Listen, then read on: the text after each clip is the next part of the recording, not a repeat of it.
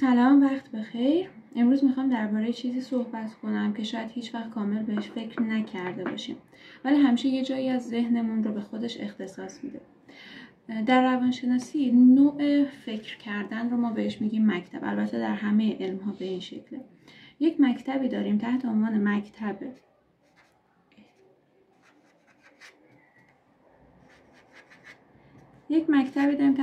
مکتب اگزیستانسیال یا اگزیستانسیالیسم که برخلاف شاید اسم سختی که داره، یک مفاهیم آسون و خیلی ملموسی توی این مکتب هست که برام جالب بود با شما به اشتراک بذارم. این مکتب در مورد این موضوع صحبت میکنه که ما از زمانی که به دنیا میایم و وارد این دنیا میشیم 4 نوع اضطراب همراه ما به نوعی انگار متولد میشه و این اضطراب تا زمان مرگ با ما همراه هست.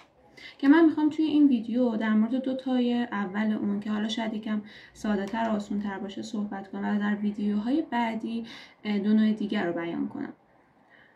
پس اگه دوست داری بدونی که پشت خیلی از ترس‌ها و رفتارهای روزمره‌مون شاید چه چیزهای پنهان باشه که خودمون با خبر نباشیم، بهتره این ویدیو رو دنبال کنیم.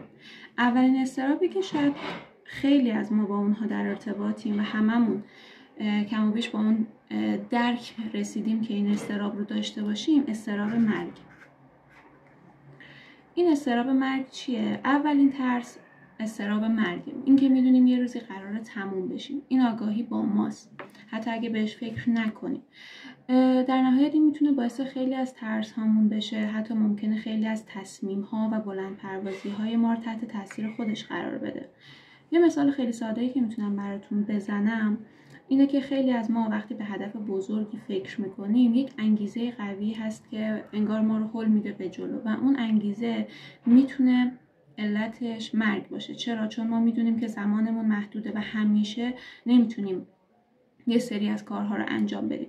یا مثال ساده دیگه ای که هست، بچه‌ها در دوران ابتدایی حتی پیش دبستانی یک نوع اضطرابی رو تجربه میکنن تحت عنوان اضطراب جدایی.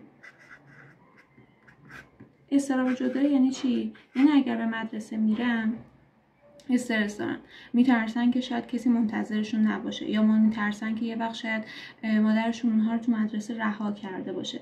این اضطراب جدایی هم از مرگ میاد. در حقیقت خیلی از اضطراب‌های ما ریشه از این اضطراب مرگ دارن. دومین اضطرابی که اون هم برای ما این روزها خیلی ملموسه و خیلی ها در موردش صحبت میکنن، اضطراب انزوا و تنهایی.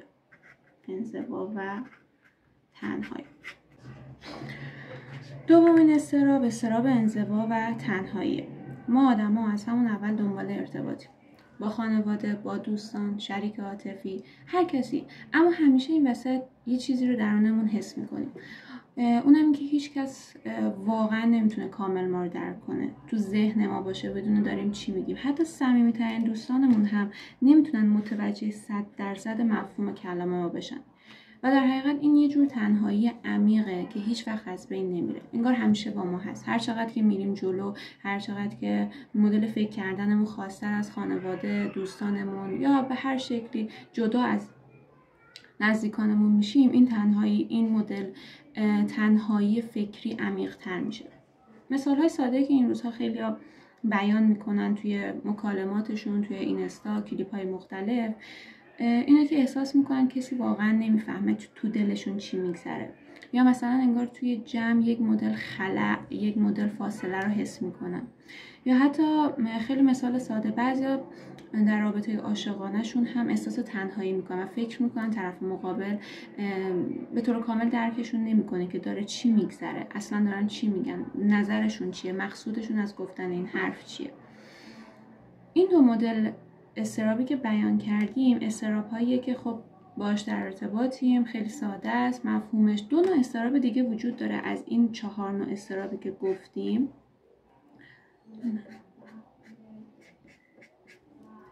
که این اضطراب‌ها یکیش اضطراب بی‌معناییه. چهارمین اضطراب اگزیستانسیال اضطرابیه که ساده گفتنش و بیان سادهش میشه مسئولیت تصمیم گیری.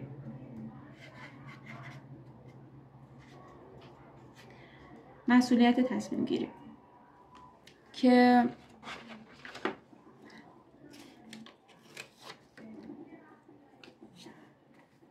در ویدیو بعدی